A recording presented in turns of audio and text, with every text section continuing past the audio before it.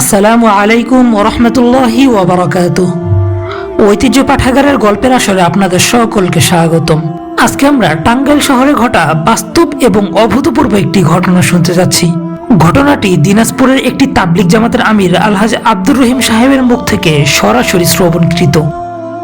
তো প্রিয় শ্রোতা বন্ধুরা, চলুন সেই চমৎকার এবং অভূতপূর্ব ঘটনাটি শুনে আসা যাক। 13ই সেপ্টেম্বর 2003 সাল। রাত তখন 2:10 একটি দ্রুতগামী চেয়ার কোচ ঢাকা অভিমুখে তীরবেগে ছুটে চলছে। দিনাজপুর শহর থেকেই তার যাত্রা শুরু।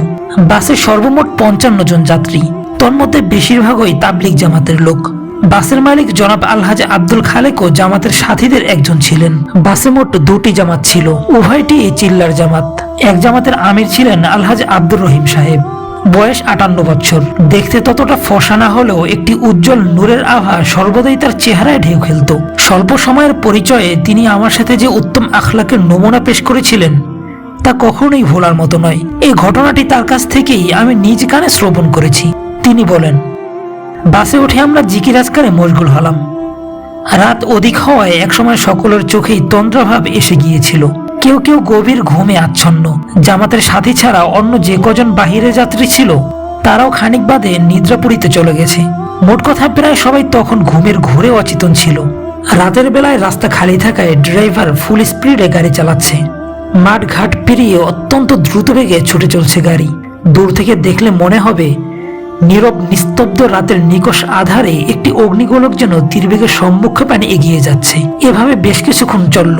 আমি ড্রাইভারের নিকটবর্তী একটি সিটে বসা ছিলাম। ড্রাইভারের বেপরোয়া গাড়ি চালনায় বারবার আমার মনে অ্যাক্সিডেন্টের তীব্র আশঙ্কা দানা বেঁধে উঠেছিল। উপরন্তু কয়েকবার আমি তাকে অনুরোধ করে বলি, ভাই আর একটু আস্তে গাড়ি চালান, এত তাড়াহুড়ার প্রয়োজন কি? কিন্তু ড্রাইভার আমার কথায় কান দিল না। সে আরো দ্রুত গতিতে গাড়ি চালাতে লাগলো।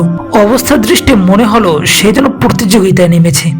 আমি আবারও তাকে সাবধান করি, কিন্তু এবারও সে আমার কথা শুনল না। এরই মাঝে গাড়িখানা দুইবার দুর্ঘটনার শিকার হতে যাচ্ছিল, কিন্তু প্রতিবারই আল্লাহর অসীম কুদরতে আমরা রক্ষা পেয়ে যাই, বেঁচে যাই মারাত্মক দুর্ঘটনার কবল থেকে। কিন্তু এবার আর বাঁচা সম্ভব হলো না। হঠাৎ গাড়িটি আমাদের নিচের খাদে চলে গেল, রাস্তা থেকে আনুমানিক 20 ফুট নিচে। খাদটি পানিতে পূর্ণ থাকায় গাড়ির সামান্য অংশ ছাড়া সবটুকুই পানির নিচে তলিয়ে গিয়েছিল। কেবল পিছনের চাকা দুটো পানির উপরে ছিল। গাড়ি দুর্ঘটনার শিকার হওয়ার সময় সকলেই আমরা জাগ্রত হয়ে গিয়েছিলাম। সকলের মুখ থেকেই একত্রে উচ্চারিত হয়েছিল, লা ইলাহা ইল্লা আনতা সুবহানাকা ইন্নী কুনতু মিনাজ জালিমিন, লা ইলাহা ইল্লাল্লাহু মুহাম্মাদুর রাসূলুল্লাহ। ঘটনাটি ঘটেছিল টাঙ্গাইল শহর থেকে 7 মাইল পূর্বে বাইখোলা নামক স্থানে। রাস্তায় বিদ্যুৎ না থাকায় রাতের আধারে কিছুই দেখা যাচ্ছিল না। পানির নিচে তলিয়ে গিয়ে আমরা সকলেই ভেবেছিলাম এই বুঝি আমাদের জীবন শেষ, এখন এই জীবন প্রদীপ নিভে যাবে। আমরা তলিয়ে যাব এমন এক জগতে যেখান থেকে আর কোনোদিনও ফিরতে পারবো না। কিন্তু কি আশ্চর্য, খোদার কি অপূর্ব খেলা! সামনের কাজটি সম্পূর্ণরূপে ভেঙে যাওয়ায় আমি সেখান দিয়ে দ্রুত বের হয়ে সাঁতরিয়ে উপরে উঠে আসি। দেখি আমার আরো কয়েকজন সাথী সেখানে দণ্ডায়মান। কয়েকজন সাথী পানিতে সাঁতরাচ্ছে। আমরা তাদেরকে সাহায্য করলাম। এভাবে অল্প সময়ের মধ্যে দেখা গেল উভয় জামাতের সকল সাথী চলে এসেছে। কেউ মারাত্মক কোনো আঘাত পায়নি। কেবল 2 জন সাথী জানালার কাজে ভেঙে আসার সময় হাতের সামান্য অংশ কেটে গেছে। অবশ্য জামাতের সাথী ছাড়া অন্য যাত্রীদের বেশ কয়েকজন মারাত্মকভাবে আহত হওয়ার কারণে তাদেরকে হাসপাতালে নিতে হয়। শহর নিকটবর্তী হওয়ায় অল্প সময় পরেই পুলিশের গাড়ি এসে গেল। তারা আমাদেরকে বিভিন্ন প্রশ্ন করে দুর্ঘটনার কারণ ও ক্ষয়ক্ষতির পরিমাণ জানতে চাই। যখন তারা শুনলো জামাতের কেউই মারাত্মক আহত হয়নি, তখন তারা খুবই আশ্চর্য বোধ করলো। বলল, এটা কি করে সম্ভব? এটা তো খোদাই নুসরত ও সাহায্য ছাড়া কিছুই নয়। এ ধরনের অ্যাক্সিডেন্টে তো সকলেরই নিহত হওয়ার কথা, অথচ কেউই নিহত হয়নি। এমনকি জামাতের কেউই গুরুতরভাবে জখম হয়নি। সত্যিই আল্লাহর কাজ যারা করে তিনিই তাদেরকে হেফাজত করেন।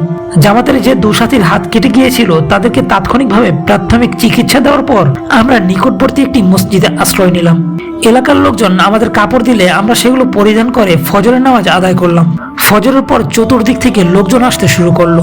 ঘটনার বর্ণনা শুনে তারাও বিস্ময়ে অভিভূত হয়ে পড়ল। নাস্তার সময় হলে এলাকার এক গণ্যমান্য ব্যক্তি আমাদেরকে অত্যন্ত সম্মানজনকভাবে উত্তম রূপে নাস্তা করালেন। নাস্তা শেষে বাস থেকে বেডিংগুলো উদ্ধার করে এগুলো রোদে শুকাতে দিলাম। সম্পূর্ণরূপে বেডিং শুকাতে 2 দিন লেগে গেল। এর মধ্যে বিভিন্ন পত্রিকার সাংবাদিক ও সরকারি লোকজন আমাদের সাথে সাক্ষাৎ করতে এলো। দূর দূরান্তের অসংখ্য লোকজন আমাদের সাথে সাক্ষাৎ করলো। ওই অলৌকিক ঘটনা প্রত্যক্ষ করে তাবলিগ জামাতের প্রতি তাদের আস্থা বৃদ্ধি পেল এবং অনেকে 3 চিল্লা, 1 চিল্লা ও 10 দিনের জন্য নাম লিখালো। উপরন্তু সেখানে আগমনকারী সকলের নিকটেই একথা স্পষ্ট হয়ে গেল যে তাবলিগ একটি হক কাজ। যারা এ কাজ করবে তাদেরকে আল্লাহ পাক পদে পদে সাহায্য ও নুসরত করবেন। সর্বোপরি এ কাজ উম্মতে মুহাম্মাদের পবিত্র দায়িত্ব বটে। যে 2 দিন আমরা সেখানে ছিলাম তার প্রতি ওয়াক্তেই আমাদের জন্য উন্নত মানের খাবারের ব্যবস্থা করা হয়। মনে হলো গোটা জীবনের সমস্ত সুখ সম্মান যেন ওই 2 দিনই আমরা ভোগ করে নিলাম। 2 দিন পর সকলের কাছ থেকে বিদায় নিয়ে আরেকটি বাসে করে আমরা কাকরাইল চলে এলাম। তো প্রিয় শ্রোতা বন্ধুরা, দেখলেন তো যারা আল্লাহর জন্য কাজ করে তাদেরকে আল্লাহ পাক কিভাবে সাহায্য করেন। আল্লাহ পাক আমাদের সকলকে প্রত্যেকটি কাজ তার সন্তুষ্টির জন্য করার তৌফিক দান করুক। আজকের গল্পের আসর এখানেই সমাপ্ত। কথা হবে, গল্প হবে অন্য কোনো গল্পের আসরে। ততক্ষণে ভালো থাকুন, সুস্থ থাকুন। আল্লাহ হাফেজ। আসসালামু আলাইকুম ওয়া রাহমাতুল্লাহি ওয়া বারাকাতুহু।